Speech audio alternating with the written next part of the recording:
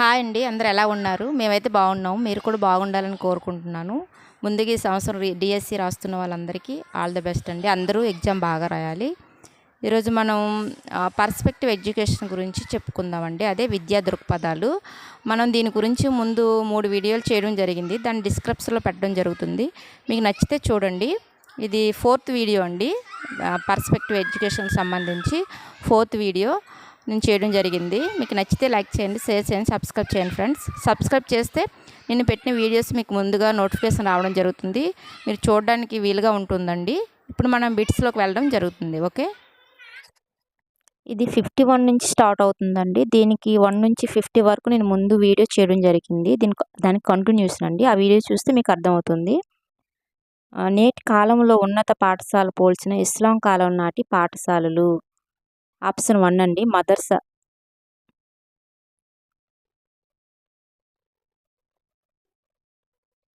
దాని కంటిన్యూషన్ అండి. ముందు వీడియో చూస్తే అర్థమవుతుంది. ఇస్లాం కాలం నాటి మక్తాబులు ప్రధానంగా వీరి కోసం ఏర్పాటు చేశారు. ఆప్షన్ 3 అండి, అందరి పిల్లల కోసం. ఆప్షన్ 3 అందరి పిల్లల కోసం. ఇస్లాం కాలంలో బాలలకు విద్యా సౌకర్యం లేదు. అయితే ధనవంతులైన బాలికలకు ఇంట్లో విద్య జరిగేది. అప్పుడు ఏ వేడుకతో ప్రారంభమయ్యేది? ఆప్షన్ 2 అండి, జార్జిఫానీ. ఆప్షన్ 2 జార్జిఫానీ. ఇస్లాం విద్యా విధానంలో గురువులను ఏమని పిలిచేవారు? ఆప్షన్ 4 అండి, పైవన్నీ. మౌల్వి, ఇమాం, ప్రవక్త అని కూడా పిలిచేవాళ్ళు. ఏ విద్యా విధానంలో శిశువు దండించే అధికారం గురువు కలదు? ఆప్షన్ 1 అండి, ఇస్లాం విద్య.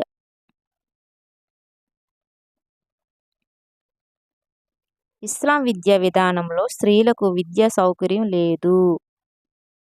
ఆప్షన్ 4 అండి, స్త్రీలు పర్ష ధరించేవారనమాట.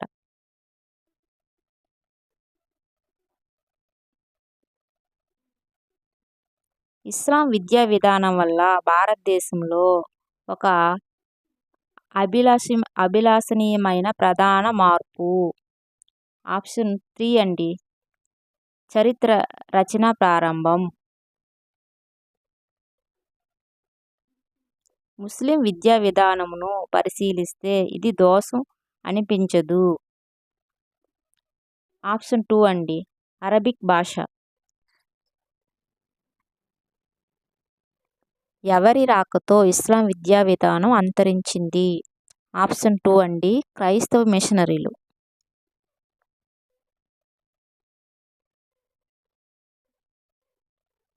ఎవరి రాకతో ఆధునిక విద్యా విధానం ప్రారంభమైంది? ఆప్షన్ 4 అండి, పోర్చుగీసు. ఇది ముందు వీడియోకి కంటిన్యూషన్ అండి. ముందు చూడండి, మీకు తెలుస్తుంది. భారతదేశానికి సముద్ర మార్గాన్ని కనిపెట్టిన వాస్కోడిగామా ఏ దేశస్థుడు? ఆప్షన్ 1 అండి, పోర్చుగీసు.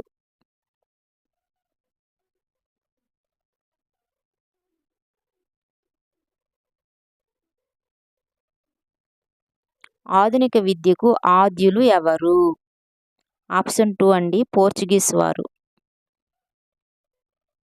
ముందు వీడియో డిస్క్రిప్షన్లో పెడతాను, మీకు నచ్చితే చూడండి.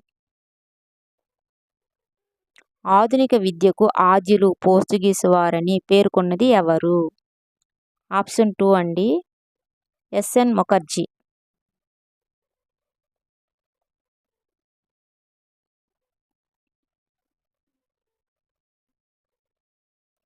బొంబాయి దగ్గర సెయింట్ కళాశాలను స్థాపించిన పోర్చుగీస్ మత ప్రవక్త ఎవరు?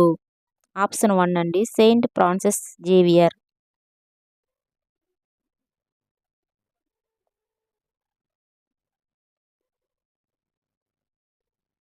భారతదేశంలో మొట్టమొదటి ముద్రణాలయం ఎక్కడ స్థాపించారు?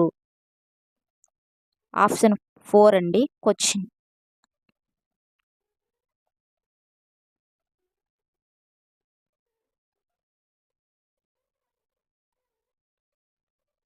ఈస్ట్ ఇండియా కంపెనీ భారతదేశంలో ఎప్పుడు స్థాపించారు? ఆప్షన్ 4 అండి, 1600 డిసెంబర్ 31 అండి. 1600 December 31.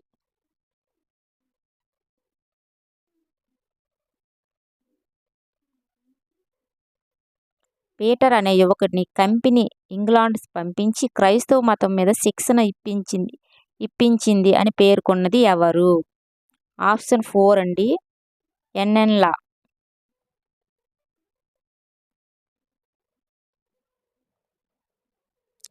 Promotion of learning in India గ్రంథ రచయిత ఎవరు? ఆప్షన్ 2 అండి, ఎన్ఎన్ లా.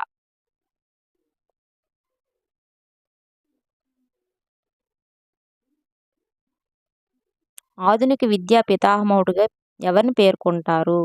ఆప్షన్ 2 అండి, చార్లెస్ గ్రాంట్.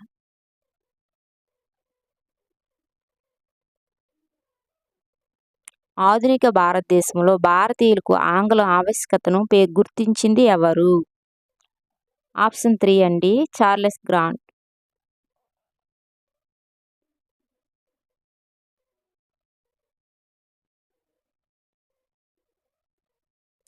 భారతీయుల స్థితిగతులపై అబ్జర్వేషన్ పుస్తక రచయిత ఎవరు? ఆప్షన్ 1 అండి, చార్లెస్ గ్రాంట్ అండి.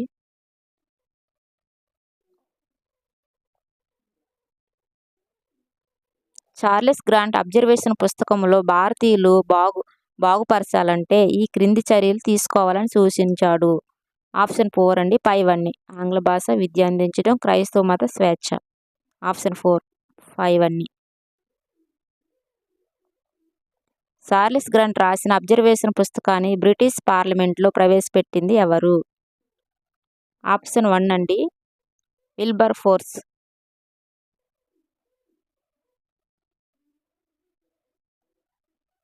బ్రిటిష్ ప్రభుత్వం భారతీయులకు విద్య అందించడం కోసం ఏ చట్టంలో ప్రకటించింది?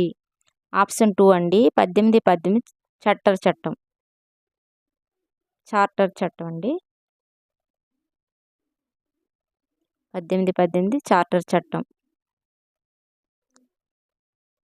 దీని ఫలితంగా దేశంలో ప్రాకృత్యమవాదం బయలుదేరింది. ఆప్షన్ 4 అండి, 1818 చార్టర్ చట్టం.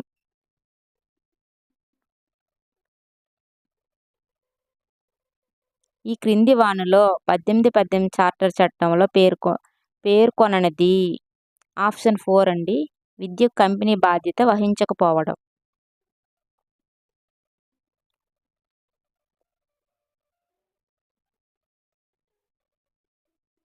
ఆంగ్ల భాష కోసం ఉద్యమించిన సంఘ సంస్కర్త. ఆప్షన్ 2 అండి, రాజా రామ్మోహన్ రాయ్.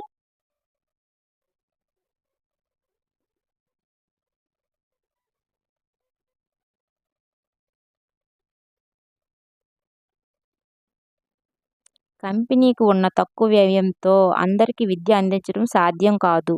అందుకు కంపెనీ ధనవంతులకు మాత్రమే విద్య అందించడం కోసం ప్రతిపాదించిన సిద్ధాంతం. ఆప్షన్ 2 అండి, అధోమిక వడపోత సిద్ధాంతం. ఆప్షన్ 2. ప్రాకృత్యమవాద నివారణ కోసం విలియం బెంటింగ్ నియమించిన కమిషన్. ఆప్షన్ 3 అండి, లార్డ్ మెకాలే.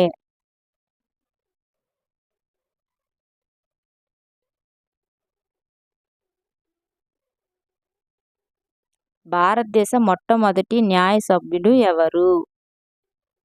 ఆప్షన్ 1 అండి, లార్డ్ మెకాలే.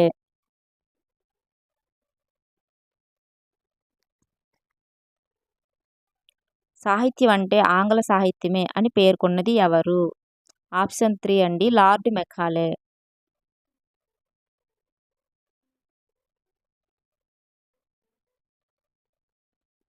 భారతీయులు పండితులంటే ఎవరో తెలుసా? లాక్ తత్వశాస్త్రం, మిల్టన్ సాహిత్యం తెలిసిన వారే అని పేర్కొన్నది ఎవరు? ఆప్షన్ 2 అండి, లార్డ్ మెకాలే.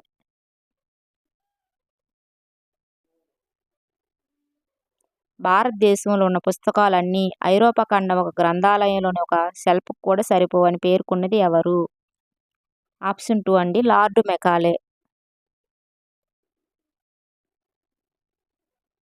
అన్నీ అతని గురించే వస్తున్నాయండి.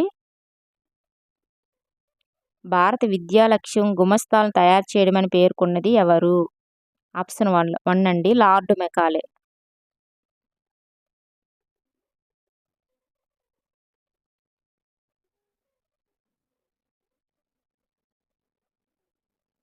నూతన విద్యా విధానానికి ఆంగ్లం తాళం చెవి లాంటిది అని పేర్కొన్నది ఎవరు? ఆప్షన్ 2 అండి వుడ్. చార్లెస్ వుడ్ అండి వుడ్.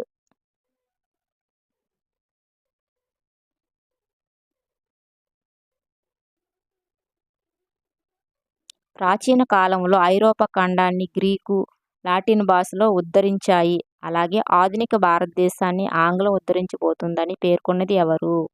ఆప్షన్ 3 అండి లార్డ్ మెకాలే.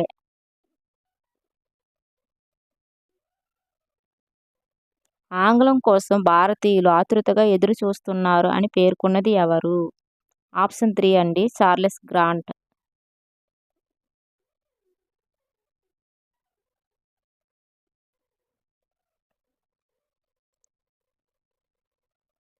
లార్డ్ మెకాలే సిఫార్సు ఫలితం ఏమిటి? ఆప్షన్ 2 అండి ఆంగ్ల భాష ప్రవేశపెట్టడం.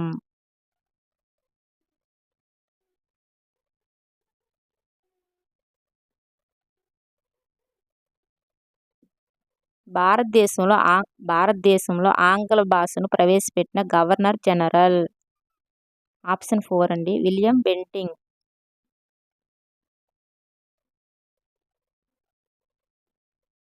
భారతీయులకు ఆంగ్లం తప్ప ప్రత్యామ్నాయం లేదని పేర్కొన్నది ఎవరు? ఆప్షన్ 1 అండి lord Macaulay.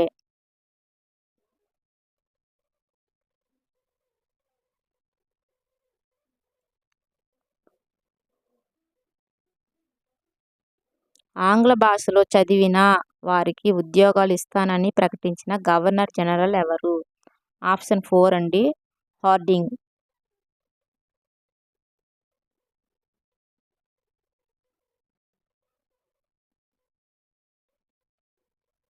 Charles would commission నియమించిన గవర్నర్ జనరల్ ఎవరు?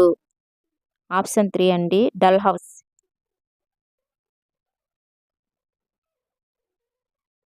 ఆప్షన్ 3. చార్లెస్ వుడ్ కమిషన్ తన నివేదికను ఎప్పుడు సమర్పించింది? ఆప్షన్ 3 అండి 1854.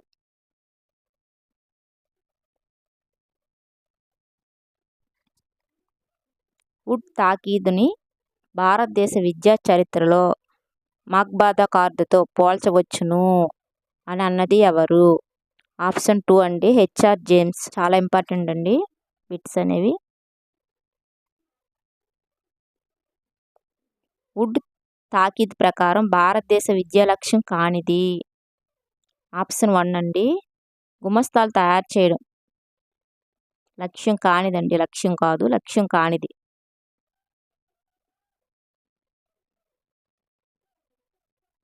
ఇంగ్లీష్ రాని వారికి మాతృభాషలో బోధించాలని పేర్కొన్నది. ఆప్షన్ 2 అండి వుడ్.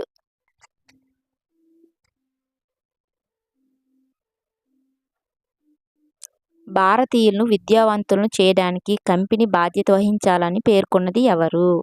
ఆప్షన్ 1 అండి వుడ్.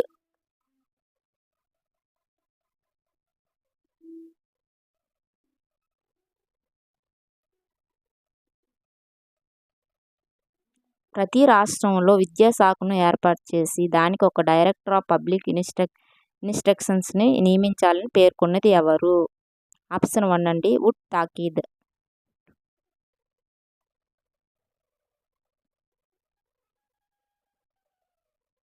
చార్లెస్ వుడ్ తన నివేదికలో ఏ నగరంలో విశ్వవిద్యాలయాలు ఏర్పాటు చేయవద్దని పేర్కొన్నాడు? ఆప్షన్ 3 అండి ఢిల్లీ. ఏర్పాటు చేయవద్దని. క్వశ్చన్ బాగా చదవాలండి.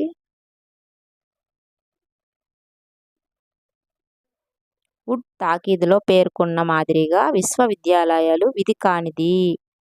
ఆప్షన్ 2 అండి విద్యా ప్రమాణాలను కాపాడటం. ఆప్షన్ 2 చాలా ఇంపార్టెంట్ అండి. ముందు బిట్స్ అని డిస్క్రిప్షన్లో పెడతాను, మీకు నచ్చితే చూడొచ్చు. అవి 50, ఇవి 50, మొత్తం 100 అండి. ఓకే అండి, మరొక వీడియోతో మళ్ళీ కలుసుకుందామండి. ఓకే, మీరు లైక్ చేస్తే నాకు సపోర్ట్ చేసినట్టు ఉంటుందండి. థ్యాంక్ యూ సో మచ్ అండి.